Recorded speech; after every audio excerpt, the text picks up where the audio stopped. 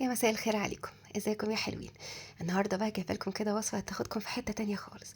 وصفه من الاخر، من اللي بتخلي بقى ريحه البيت بقى تجنن مع ريحه القرفه وريحه بقى العجين. يعني من اول لحظه كده هتقولوا ايه الجمال ده. النهارده هنعمل مع السينابون او لفائف القرفه اللي كلنا بنحبها، واللي احنا لما بنشوفها في المحلات مش بنقدر نقاومها. بس المره دي احنا مش هنشتريها من بره، لا احنا هنعملها في البيت بخطوات بسيطه وسهله وبمكونات متوفره، وهتطلع احلى بكتير من الجاهز وبسعر اوفر كمان. خليني اقول لكم ان السينابون مش بس طعم حلو، لا دي تجربه كامله كده، من اول ما العجينه تخمر لحد ما تخرج من الفرن وريحه القرفه تملى المكان، لغايه ما نحط عليها بقى الصوص الكريم اللي بيخليها طريه ومليانه نكهه في كل قطمه كده. يعني يلا بينا بقى كده نشوف الطريقه عشان ما اطولش عليكم. في بولة العجان هجيب معلقة كبيرة من السكر، ومعلقة كبيرة كده من الخميرة البيرة، واحط معاهم حوالي نص كوباية من اللبن الدافي طبعا، زي دمعة العين.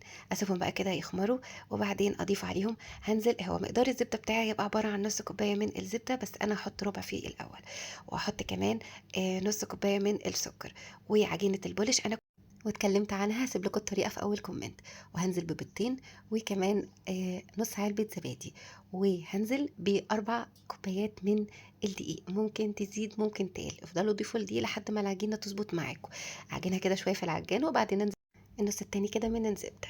ما تنسوش تضيفوا رشة ملح ومعلقة فانيليا كده على البيض وهو بيتعجن مع بعض. نيجي بقى لصوص الجبنة كده اللي احنا هنحطه فوق السينابون أول كده بقى ما يطلع من الفرن. معايا كوباية من السكر البودرة، وكوباية من اللبن البودرة، وربع كوباية من الكريم شانتيه، وعلبة جبنة كده مثلثات أو 6 قطع، وحوالي معلقتين كبار من الزبدة أو ربع كوباية من الزبدة، وأقل من نص كوباية من المية المغلية. هضرب كله بالمضرب أو أنزله في الخلاط، بس ضرب المضرب أسهل بكتير في الطريقة دي وبيخليه حلو قوي وكريمي. أضربه بقى كله كده مع بعضه لحد ما يطلع معانا الصوص القمر ده اللي طعمه حكاية.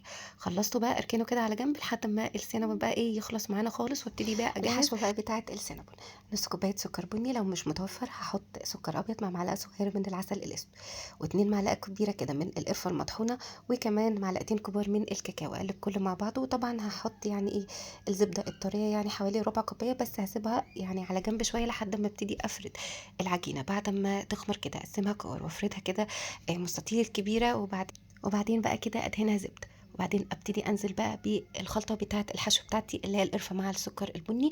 وتقدروا كمان تستخدموا سكر ابيض عادي، انا استخدمت في قطعه العجينه دي سكر ابيض عادي وكان تمام. ابتديت بقى ان انا كده، او بعد ما اوزع عليه الحشوه، ابتديت ان انا اقطعه كده رولات والفه كده حوالين بعضه رول كده. ابتديت بقى ان انا خلاص يعني بعد ما لفيته كده ابتدي اجيب اللي هي الحته اللي انا شاورت لكم عليها كده في الفيديو، واحطها تحت منه، بلاش تبقى في الجنب عشان لما تخمر هتفتح زي ما انتم شايفين كده.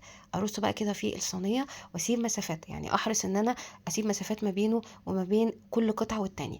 نقدر طبعا نحطه في قوالب الكب كيك اللي هي الاستخدام المره الواحده، برضو بيطلع يعني تحفه وستاندرد وجميل بصراحه لو انتوا عايزين حجم السنابونيه مش كبير. خلاص رصيته كده في الصينيه، ابتدي بقى اخمره للمره التانيه، وبعدين ادخله كده الفرن على درجه حراره عاليه. بياخد حوالي من ربع لتلت ساعه، مش كتير خالص.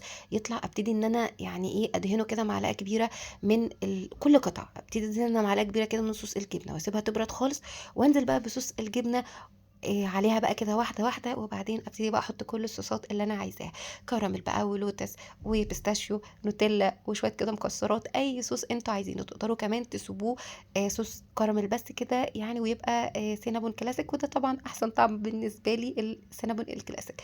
وصفة النهاردة كانت تحفة وخطيرة، اتمنى ان انتوا تجربوها وتقولوا لي رأيكم. السينابون مفيش احلى منه. انا ديجا، ودي قناتي، اشوفكم على خير الوصفة الجاية ان شاء الله، واستنى رأيكم في الكومنتات، وما تنسوش اللايك والشير الكتير. اشوفكم على خير، باي باي.